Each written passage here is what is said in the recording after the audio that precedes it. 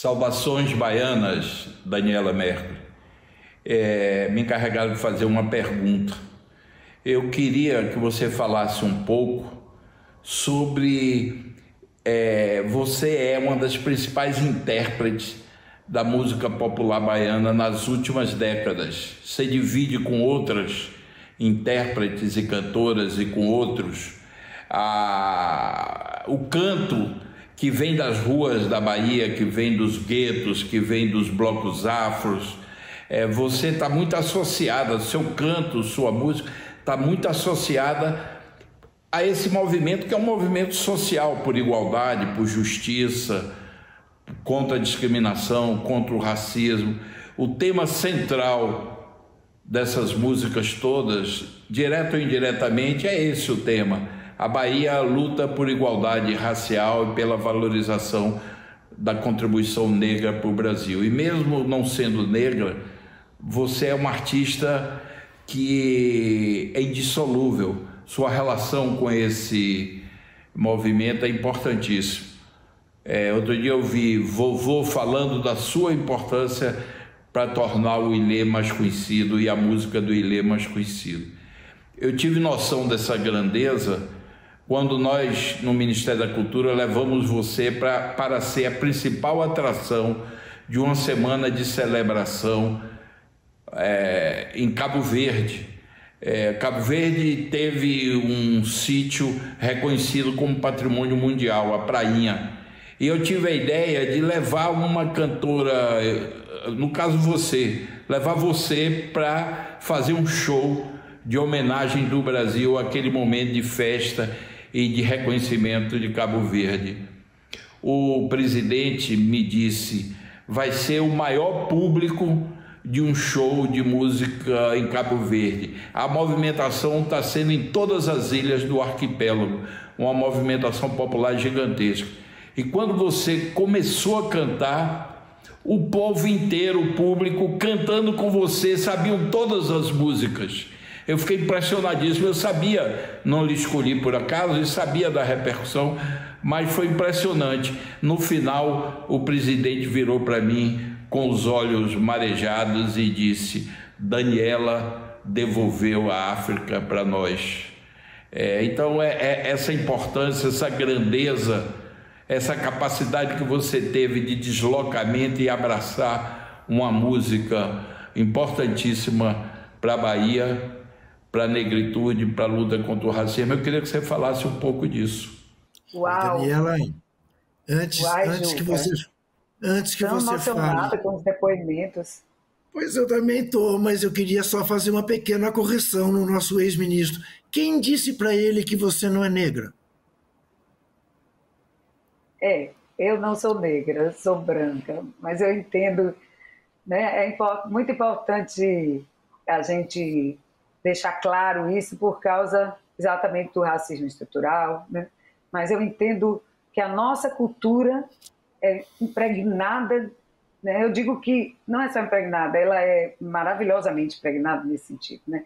Ela é predominantemente africana, nesse lugar que é Salvador, e no estado também, eu acho que, né, a gente tem muitas manifestações que demonstram isso, inclusive o fato do samba de roda ser patrimônio histórico e ser daqui do Recôncavo, e não se saber exatamente onde o samba nasceu, se da Bahia ou no Rio, e vir o samba nascer do Mundu, de batidas do candomblé. Então a gente tem que agradecer muito a contribuição cultural, artística e cultural, engloba todas as contribuições dos povos africanos que vieram para cá, né?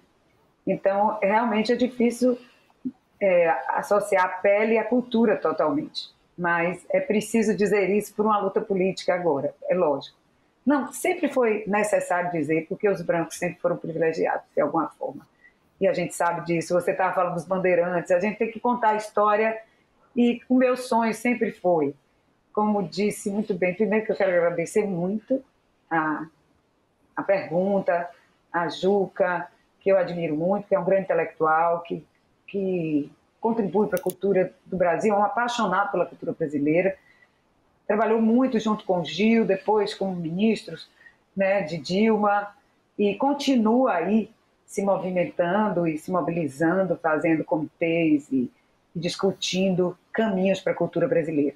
Ele fez o Plano Nacional de Cultura e a gente lá atrás, junto com a sociedade, a gente vai aperfeiçoando, né, mas a partir de pessoas como ele.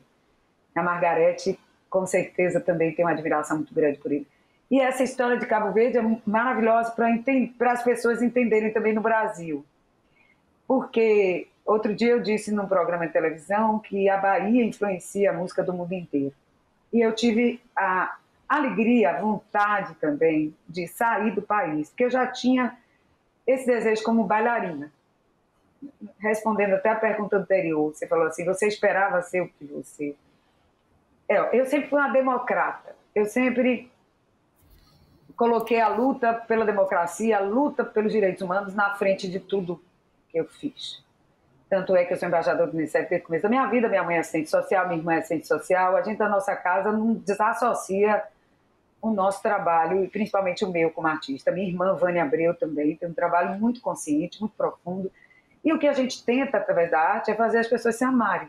Fazer os brasileiros... Encontrei com Mia Couto, lá em Moçambique, eu amo o escritor, né, e grande cientista social que ele se tornou, assim, Mia Couto.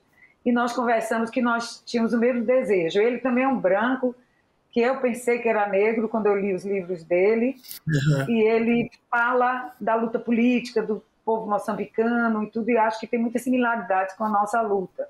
E também essa luta contra o racismo estrutural no mundo, que é muito forte aqui para nós, baianos. Eu acho que quem não presta atenção a isso aqui realmente é muito insensível. Mas a gente talvez também tenha uma percepção, às vezes equivocada, de que o racismo não seja tão grave aqui, porque há tanta música, né? Os blocos afros se manifestam, então as pessoas acham que isso basta, mas isso não basta.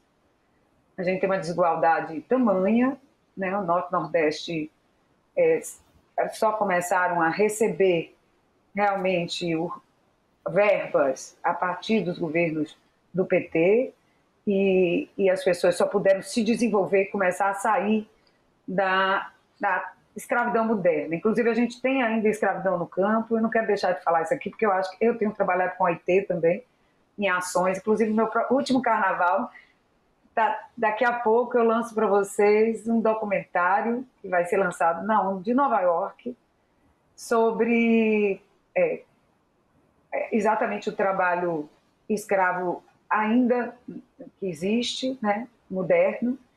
Não, o documentário, na verdade, é uma forma de associar o meu trabalho, a arte e tudo, para dar visibilidade para pessoas que fugiram do trabalho escravo de outros países, como a Bolívia, e que migraram para o Brasil, e africanos, de Angola, inclusive, outros da República Democrática do Congo, que são artistas que vieram para cá e que estavam no trabalho escravo ou trabalho em péssimas condições, análogo à escravidão, e eles foram resgatados e a OIT faz um trabalho de reinserção deles. Eles são grandes artistas, figurinistas que fizeram as minhas roupas do carnaval junto com outros, costureiras bolivianas, né, e que a gente fez um documentário para falar dessas pessoas e quanto essas pessoas ficam invisíveis, quanto elas são maltratadas, né?